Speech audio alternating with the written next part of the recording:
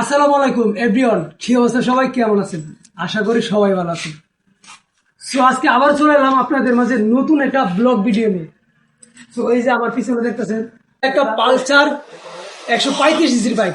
আসলে এই বাইকটারে আমি জেলখানায় রাখছি, দেখতেছেন আমি বন্ধ করে রাখছিলাম। মানে কি জন্য রাখছি, মানে এই বাইকটারে কিছু আমি মডিফাই কাজ করাবো, সেই জন্য বাইকটারে বন্ধ করে রাখছি। এখনো কাজ কমপ্লিট হয় নাই, সেই জন্য। তো এইদিকে আসেন, একটু আপনাদের দেখান কি কি মডিফাইয়ের কাজ আমি করছি। এই যে দেখেন, সামনের দিকে একটু দেখেন বাইকটা R15B2 মাথা এটার মধ্যে লাগাইছি। আরো অনেক কিছু মডিফাই করবো, তো এখনো বাইকটা কমপ্লিট হয় নাই। তো বাইকটা কমপ্লিট হইলে একবার আমি এই জায়গা থেকে বার করবো, মানে কাজটা শেষ করে আমি এই বাইকটা বার করবো।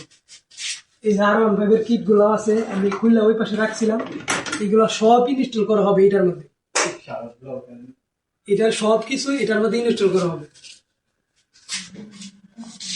সো আরো অনেক কাজ বাকি রয়েছে।